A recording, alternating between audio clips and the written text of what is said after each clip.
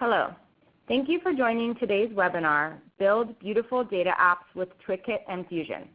Today's presenters are Lucidworks Chief Strategy Officer and Twigkit co-founder, Stefan Olafsson, and Lucidworks CEO, Will Hayes. Thank you for joining us today. Great. So my name is Will Hayes. I'm the CEO at Lucidworks, and today we're very excited to present a joint offering after our announcement last week of the acquisition of Twigkit. And so I'll talk a bit today about how Twigkit greatly enhances the Lucidworks offering and where we plan to take this. And Stefan will also introduce the technology to the Lucidworks audience who maybe hasn't had a chance to experience it before and go through a little demo, and then we'll be happy to take any questions that you might have. If you don't know us, Lucidworks, we're based out of San Francisco.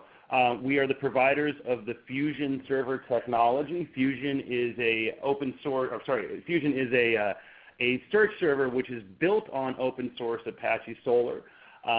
Lucidworks was the primary sponsor of Apache Solr, so we employ a number of the committers. We drive about 70% of that roadmap. And we were inspired by the idea of the customers that we had worked with in the open source community through the mailing list and through enterprise support in terms of the challenges that they were having with their data applications, trying to build richer applications and smarter applications. And this is what really inspired us to go down the path and develop Fusion.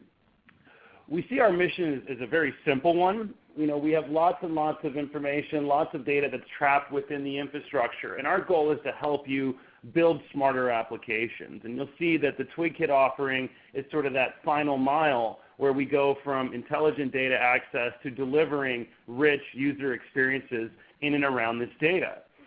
And of course, without this data, it makes it impossible for organizations to inform their customers, to sell to their customers, to leverage the research and the knowledge at their disposal to bring products to market, or to manage risk and to manage environments in which this information is providing insights to us.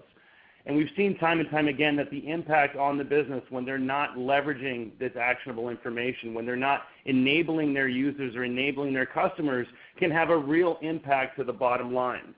And so this brings us to sort of the goal of data-driven applications and where a lot of the challenges lie. When you think about this world today where things are constantly evolving, whether it's data sources that were sitting on-premise behind content management systems, moving up to cloud services, storage paradigms that are shifting from traditional file systems into things like Hadoop, trying to make sense of all the structured and the unstructured data that we have at our disposal, in order to properly deliver the application experiences necessary, we need access to that data. And in this day and age, it's beyond just the access to that information, because it's how we access it, how we can provide a data experience back into our users. And so where the perfect picture would look something like this, where everything is sort of flowing naturally from the data to the application to the users, the reality is that organizations struggle with leveraging all of this information. We might be serving up a retail experience where we're serving up product catalogs and we're curating through rules, but we're not leveraging the user behavior. We're not looking at how users are interacting with our system to provide better information. In customer service, it's a matter of looking at all of the 360 view of a particular customer, of the services that they're subscribed to, of the products that they've purchased, and help us proactively resolve their issues. So across the board, applications are failing to leverage all of the data that's at their disposal. In addition to that, we have a new sort of user in this day and age where those expectations are that of Google, they're that of Amazon. And we see organizations struggle to deliver those relevant, those contextual or personalized experiences on top of their data. And this is really why we developed Fusion. We wanted to make this data-driven debacle something much easier to tackle, making all of your data actionable, making all of your data accessible, and allowing users to curate these productive data experiences. Fusion is deployed across hundreds of customers today in a variety of use cases, from consumer-facing, customer support, online retail, into some of the most advanced research facilities here in the country, where customers are leveraging the power of Fusion and putting intelligence behind their data applications to create more productive experiences for their users. Our stack looks something like this. So with a variety of connectors, we can go out and we can collect data from pretty much anywhere. And so where data lives, we want to make that data accessible. We have over 70 connectors that can parse and connect to proprietary systems, file systems, but also a federation capability which allows you to go out and look at data that's already at rest. So if your data is already sitting somewhere in a Solr instance, in a database, inside of something like Elasticsearch, we want to ensure that you get real-time connectivity to that data, as well as the processing power and the ranking power of Lucidworks Fusion. And then when it comes to curating those results, a lot of times it requires a very deep understanding and a very sophisticated type of developer who can actually leverage the types of technologies needed to provide these productive data experiences. And so with Fusion, we invest heavily in the tools which allow you to curate that experience for your user. And the most important parts of user experience come down to the data experiences that we can provide. So being able to tune your relevancy and to drive feedback from the user back into the ranking of information. Rules aren't necessarily dead, but when we need to leverage rules, we want to have that curation or editorialization capability brought back in. And so our query workbenches allow you to leverage the best of both worlds. We can use experimentation in a more scientific approach, as well as using sort of manual curation when we want to implement business processes around the way that data is being leveraged and the way that that data is being accessed. And then finally, what we call our signals. And our signal store allows us to capture multidimensional information about your users and about your applications in which we can process to provide those more productive experiences. And so the combination of data coming from all different places and using that user behavior and using that understanding of user intent and classification, we can drive these productive experiences and perform much richer functions within our applications. So as we move from sort of getting data from the infrastructure to those applications, obviously access becomes incredibly important, making sure that every bit of information that we can leverage is accessible. And then providing it with a level of intelligence, so it's not just providing users with 10 blue links, but giving you the most actionable piece of information, the most actionable insight possible. And then that final mile, and this is why, again, we're so excited to bring the Twigkit team into Lucidworks and to leverage this technology for our customers, is how do we make this data available? Because we see our customers struggle with the ability to build richer applications in a much more agile fashion. We see a lot of sort of waterfall approaches where the bottleneck is often in PMO or getting access to developers, when really we want to perform a much more agile process in terms of how we bring these applications to life and how we leverage this data that's at our disposal. And this is why, again, we're very excited to announce the acquisition of Twigkit. Twigkit provides a framework that allows us to rapidly develop and deploy very feature-rich, beautiful applications that can run on any device possible in just a matter of minutes. We're very excited to add this capability to the Lucidworks stack, and it's something that our customers have been looking for a long time. We were introduced to Twigkit by a number of mutual customers who were seeing the perfect marriage of the Fusion platform along with the Twigkit framework to meet all of their data-driven needs. So with that, you can see that we have a variety of modules and things that we can take advantage of. I'm going to hand it over to Stefan, who can talk us through the Twigkit technology and how it comes together with Lucidworks. Yeah, hey guys. Thank you so much for joining our webinar. I'm hoping you can see my screen. So yeah, like we were saying, for us this was the sort of bit that closed the loop, I guess, for our customers, and that we've been finding ourselves having to increasingly encroach on Lucidworks territory in terms of helping people structure how they work with data, driving their choice of platform to ensure that it would match what the users wanted to do with the technology. So for us, this was sort of a match made in heaven, if you will, and we think that together, by doing this sort of deeper integration, we can deliver a lot more value to our customers a lot quicker than when we were sort of adapting to lots of different technologies. So what we were hoping to show you now is how you can use Twigkit to build sort of compelling applications very quickly. And some of you may have seen this at our sort of Lucene Rev talk, but essentially what the thing that we were trying to solve was the other side of the spectrum to Lucidworks. We were coming at the problem from the user's perspective, ensuring that they could deliver really compelling applications very quickly.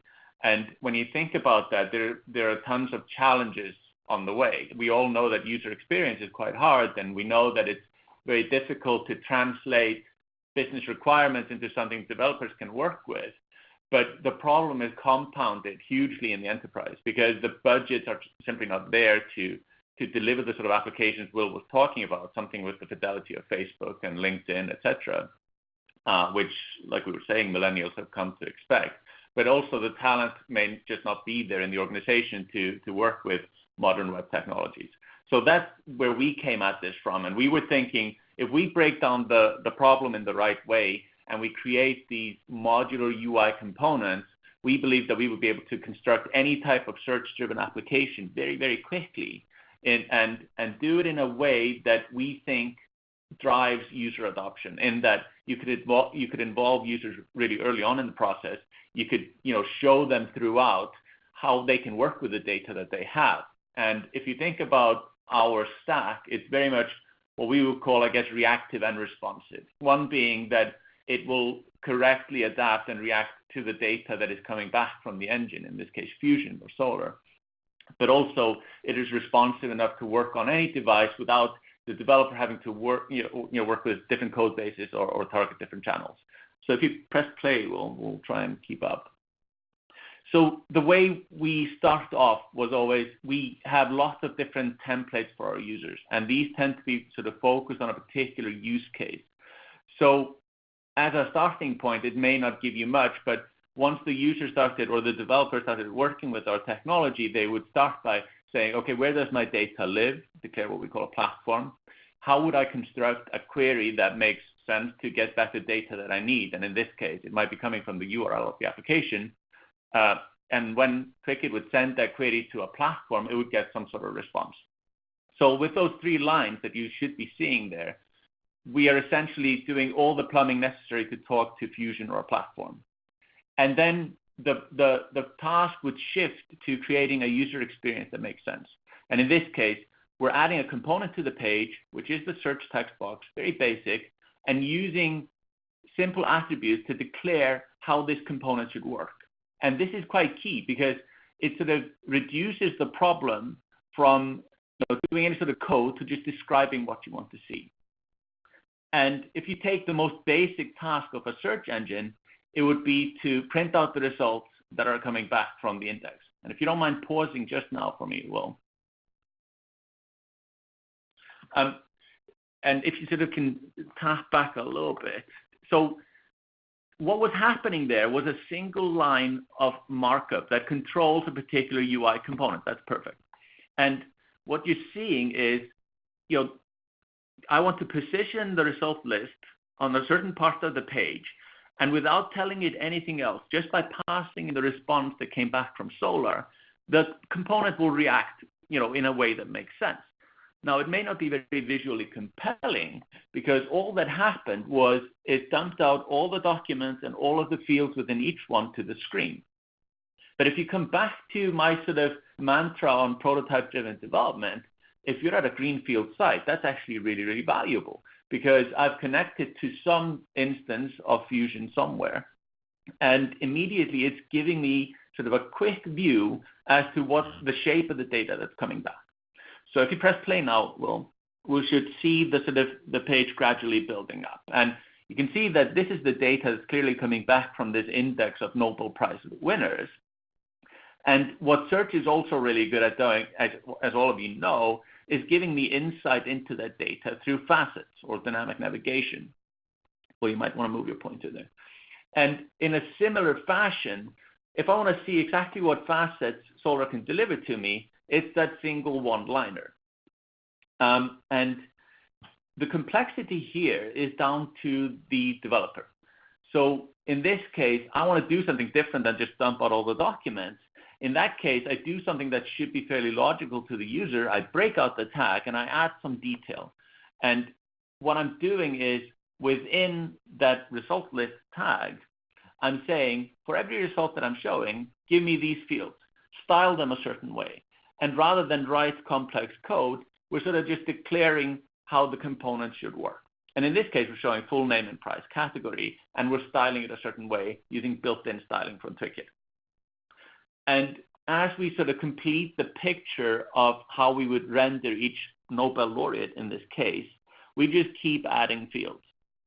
And what becomes apparent here from the sort of earlier view that I had is this is the data that comes back, the name of a laureate, the price category, the year it was awarded.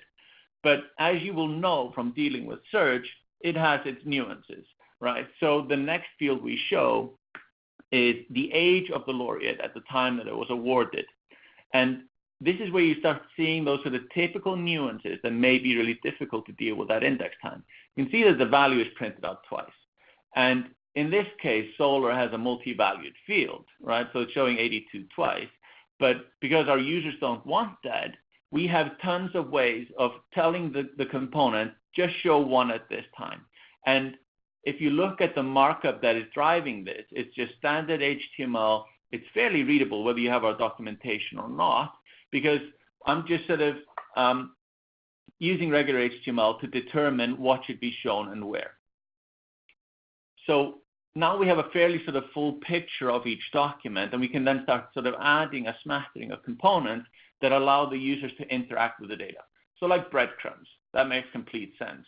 And if you add the same sort of complexity to the facet list component, like saying for every facet that you print out, don't give me all the values, just give me the first 5, truncated to 25 characters, and if they click show more, do another 10.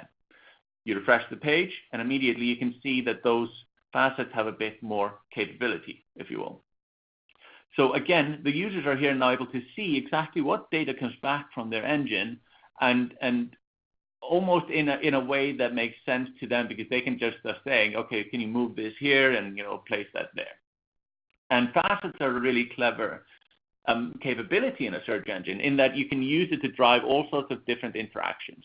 You can use them to give you the sort of big slices through a data and then show them as tabs rather than something that appears on the side. And to a user, this is great because I've got the sort of counts next to each category. They will always be present whether they've filtered or not. And in the same prototypical fashion, I can now start removing things from the sidebar and creating a user experience that is engaging and makes sense to this particular use case. So again here, let's say one of those dimensions in the data, like the institution you studied at, was particularly important. You can really easily move that to the top by just changing the order that we name these in, and then target that particular facet specifically. So when it comes to institutions, there's hundreds of them. So regular faceted navigation may not be good enough, but in this case, you can add a component there that makes each facet searchable. And if you think about this, this can drive sort of very complex discovery patterns, with huge amounts of data, and essentially by searching within a facet, target very accurately the data that I'm interested in. And again, true to form, a simple sort of markup to drive this. To ensure that the application looks the way we want, rather than have to write CSS from scratch, we have lots of sort of built-in styling. And one of those might be, I want to show each document as a card, and in a responsive design scenario, I want to put them 4 side by side if you're on a big screen, but only 1 if it's on a mobile device. So you're able to sort of target the different devices through the same markup, through exactly the same application. And you can see again here, the shape of the data may not be the way you want it, because in this case, 10 is not divisible by 4. So you can instruct the engine to give me 2 more results. Because everything is stateless, everything is done at query time. It's easy to change these things even with the user looking. So we're going to make this a bit more full-featured. So today, users are less used to the typical search pagination. Infinite scrolling tends to be the way we want to do things. And from a code perspective, that is quite complicated. But again, here you can just make this particular result list a bit more clever by saying to it, you should infinitely scroll, and this is where you get the documents from. So again, if you look at this particular application that we're building here, it's not hugely complicated, but the boilerplate you would have to write to build something like this out would be considerable. And the moment you start writing low-level code, things get very difficult, right? And they get error-prone, and it becomes difficult to iterate. Whereas what you're seeing in this live sort of coding screencast is an application coming from nothing but data in an index to something you can interact with, including sort of all the controls you would expect from a search application, because we've been in this business for almost 10 years, and we've seen quite a gamut of applications. So we've tried to sort of codify all that in there. The other thing search is really good at is driving sort of navigation and discovery. And simple things here, like for each metadata item, by telling it what query was used to retrieve it, Twigkit can easily sort of rewrite the query for the user on click. So they can sort of take any attribute that strikes their fancy, click it, and dig deeper, which is what this is all about. Also being able to react to different types of data coming back, showing an image when appropriate, for example, and making sure that all of these will work well on a mobile device.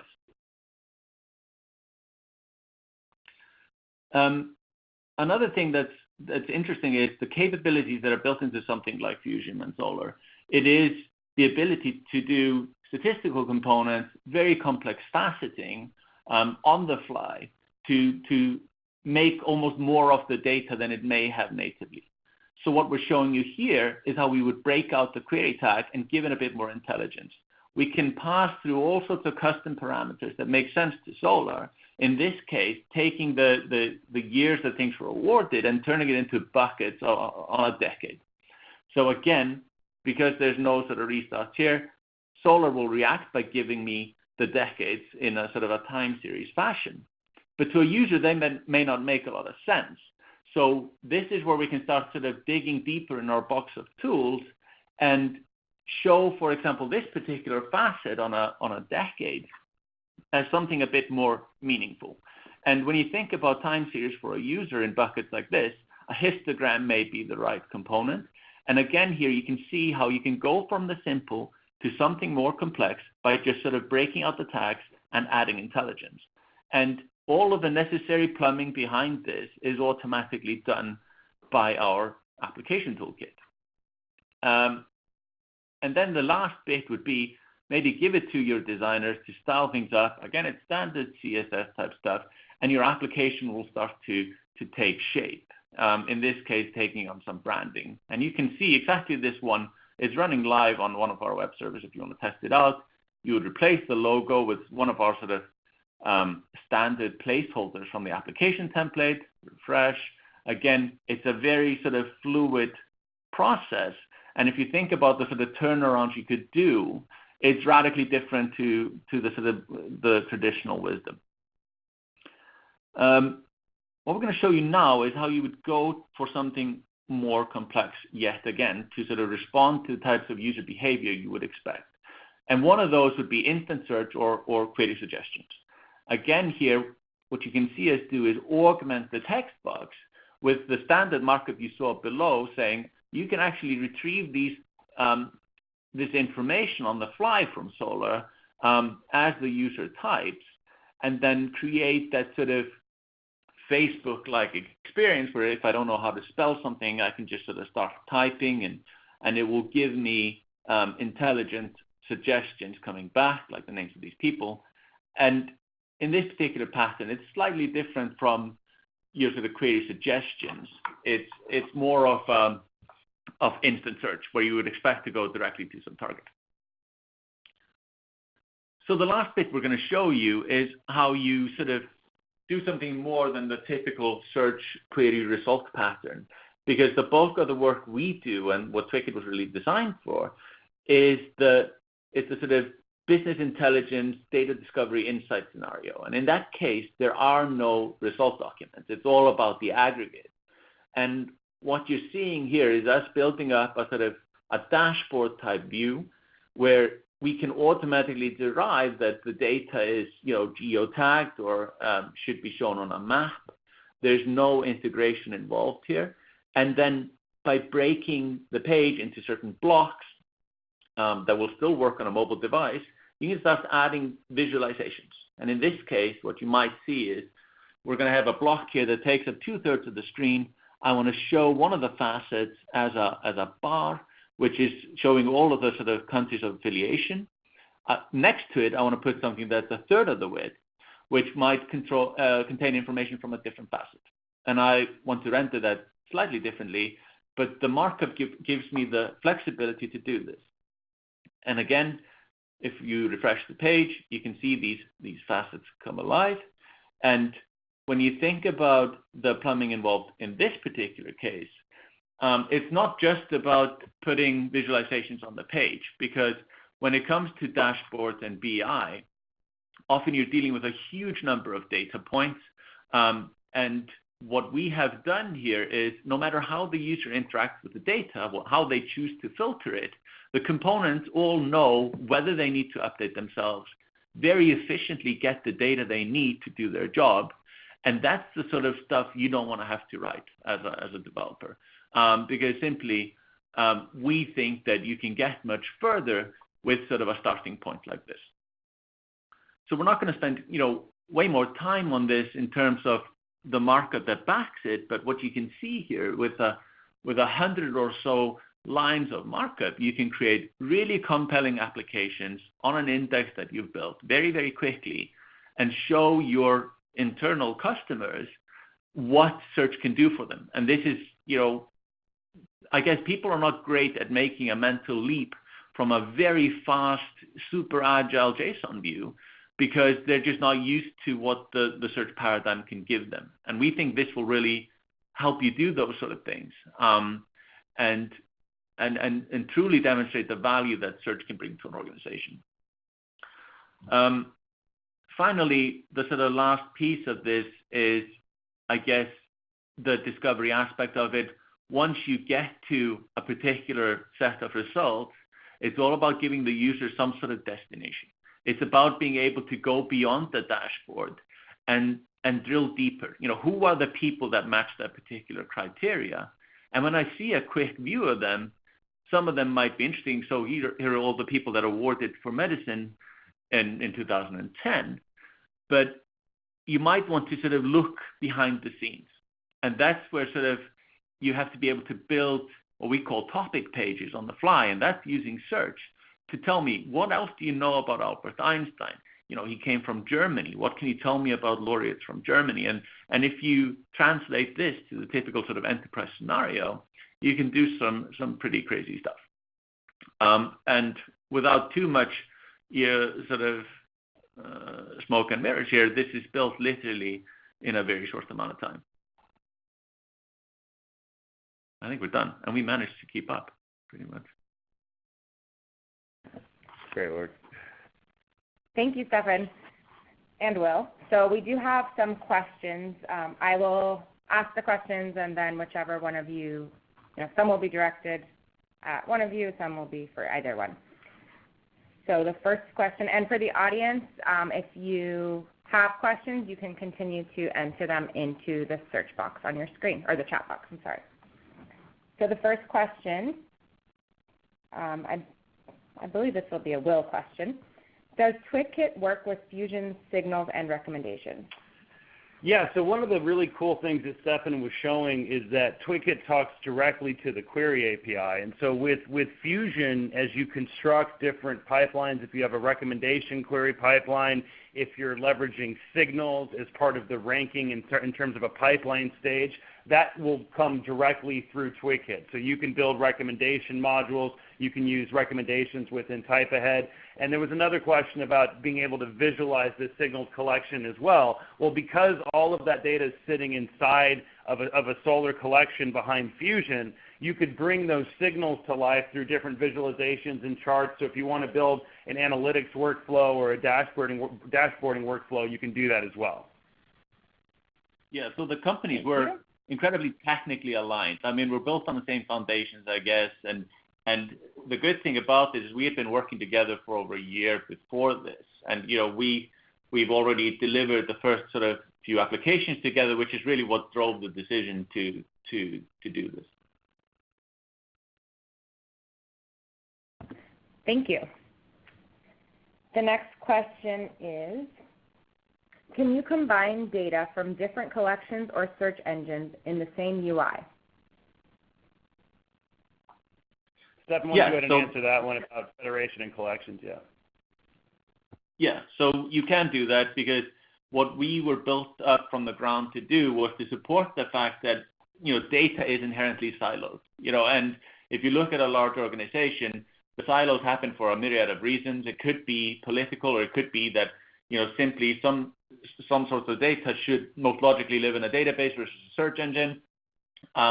And this means that no matter where the data lives, whether it's on a different platform, in a different location, or in a different collection, we can sort of bring the two together.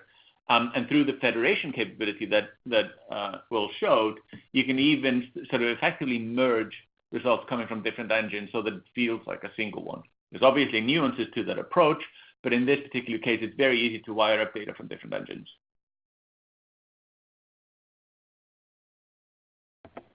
Thank you. Does this UI work on mobile and tablet devices? It does. So we'll send you a URL so you can actually try one of these things, and you can look at it on a tablet or on a phone, because it is built from the ground up using what is called responsive design, meaning that the application will react to the sort of size of the viewport it shows up in, and you've got lots of controls within the UI components to say how they should render in these different scenarios. So out of the box, we expect all of our application templates to work really well on phone-sized devices and desktops. Great, thank you.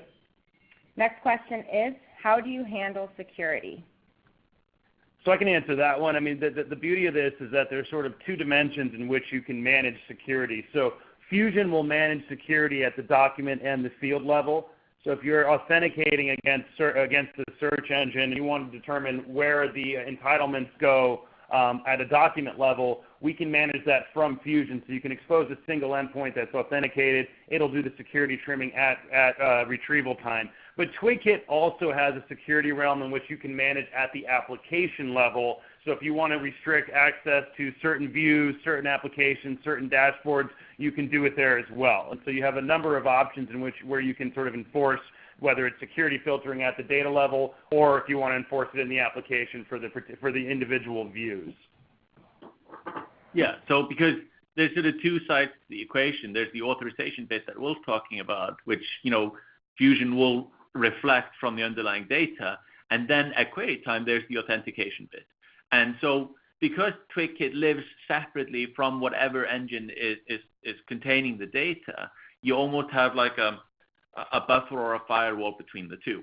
So that means that the Twigkit application will authenticate the user, and it will securely pass the credentials over to Fusion, which will then do all of the security trimming and pre-filtering. And as a technology, if you come back to the prototype development paradigm, you obviously need to be able to go from prototype to production for it to be really valuable. And that's why beyond the UI components, we've got lots of what we call modules that you can tack onto your application to ensure that it's secure from the get-go. And rather than have to write any integrating code, you're just able to sort of do what we call security by configuration. You point it at whatever authentication system you have, and we will automatically broker that with A, the sort of authentication system, and B, the search engine behind the scenes. Great. Another question that I think is interesting here, Stefan, is it possible to develop custom Twigkit modules? Yeah, that's a great question. So what you were seeing in the demo, and I appreciate that it was pretty quick, was a mixture of very sort of low-level components and higher-level components. So if you think of a low-level component, it might be how you show a particular field. But when it comes to visualizations, what is actually happening, it's a combination of our lower-level sort of facet tags, bringing back the data, and then higher-level capabilities such as visualizations, all being grouped into one component. And those are just the ones that we deliver along with our platform, but our customers use these building blocks to create something that's contextually relevant to them. So if you're a big pharmaceutical company, you would have UI components that are all about showing chemical compounds or how to display a particular drug. And over time, what happens is by componentizing these things, you end up with a library, an IP library, effectively, that allows you to very quickly build applications within your particular domain expertise. And we had a lot of partners that were actually using this to build their own stacks to target a particular industry. And we saw that, for example, in defense and intelligence, where you have very sort of particular paradigms to deal with. Awesome. And there's a question about how does this relate to Lucidworks View. So what we're going to be doing, View is a UI that's included with your Fusion license. There will be a version of View, View 2.0, which is going to be built on the Twigkit framework, which will give you the same faceted search capability that View provided. As you can see, there's a far more extensive set of capabilities here that will be licensed separately on the Twigkit framework. But there will be a version of View that's going to ship with Fusion that you can leverage this sort of more, the same features and functionality that exist in View today will be there, only built on top of the Twigkit framework. Another question was, will Twigkit be bundled with Fusion or available separately? Twigkit will still be available separately to run outside of Fusion, so there's a variety of other search engines and data stores in which you can leverage the Twigkit technology, and you'll be able to license it directly for that separate from Fusion. Obviously, with the bundle of Fusion, you can start to take advantage of some of the power that Fusion brings in the recommendations and the machine learning and the signals capabilities, as well as the data curation that's provided as part of the relevancy workbench and the experience manager.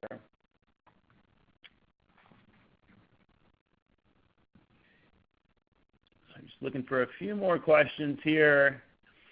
If you'd like to get a hold of this for a demo or for a trial, it's available through lucidworks.com. Just fill out a contact form and ask for a trial license.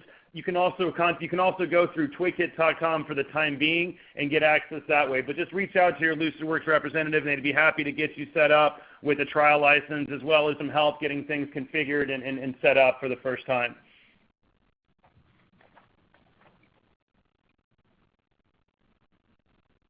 And I think that's pretty much it.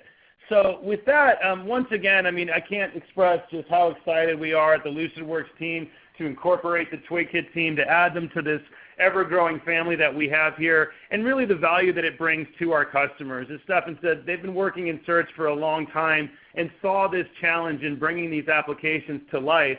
And you'll find that the Twigkit framework brings a whole lot of capability to you and your organization. It allows you to work in a much more agile fashion as you're going from data to applications within the enterprise. So with that, again, I want to thank Stefan for the time over in the UK. I want to thank everybody for joining. And again, please get in touch with your Lucidworks representative if you'd like to get set up with a trial of this software here. And we'll keep you updated as we announce sort of further releases and further versions. There's some very exciting things coming in the roadmap. There's sort of drag and drop IDE-like capabilities, tighter integrations with Fusion around things like signals and query pipelines, where you can start to build much more intelligent applications on top of this rich framework. So with that, thank you very much.